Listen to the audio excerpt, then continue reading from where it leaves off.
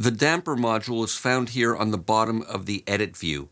And this models the noise that happens when the dampers are either raised from or applied to the fork when a note is pressed or released. So in other words, it affects the sound of the note on and the note off, and that's dependent on whether this is in attack or release position. Now the amount knob over here is used to set the volume, meaning the amount of this damper noise that's going to be added to the sound, and the tone knob determines the stiffness of the dampers.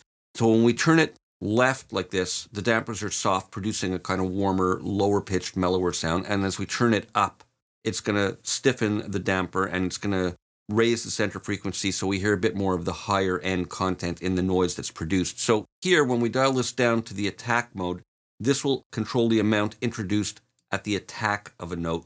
And as we dial it to the left, it's going to affect the note off, the release.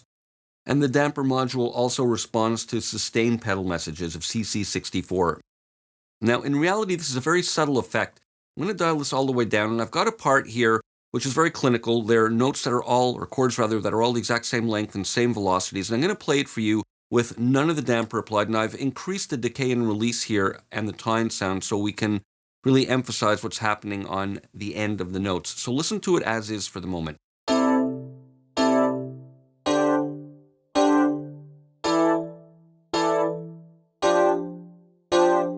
All right, now I'm going to set the tone all the way up so that we can really hear what this does. And I'm going to put this to the attack position. So we'll hear the damper effect or the noise from the dampers applied to the note on as I dial this up.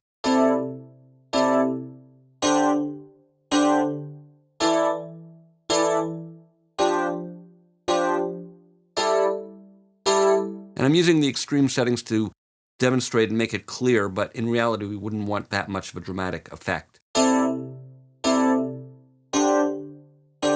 Something like that might be nice. Now, if I have this all the way down, we'll add a kind of darker quality to the noise of the dampers.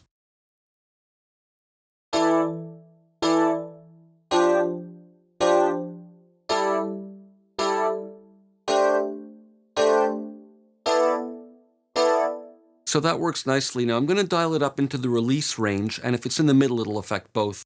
And we're going to hear the, in this case, brightness introduced to the note off. We'll hear the tine kind of resonating a bit more, not resonating, but oscillating a bit more once the note is released.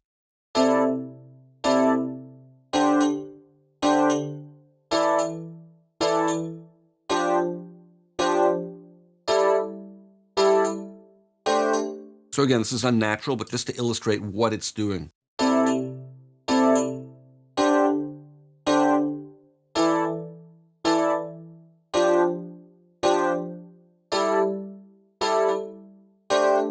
So a little bit of it will add some realism on the note off and a little bit of bite on the attack if we dial it up high and put this in the attack position.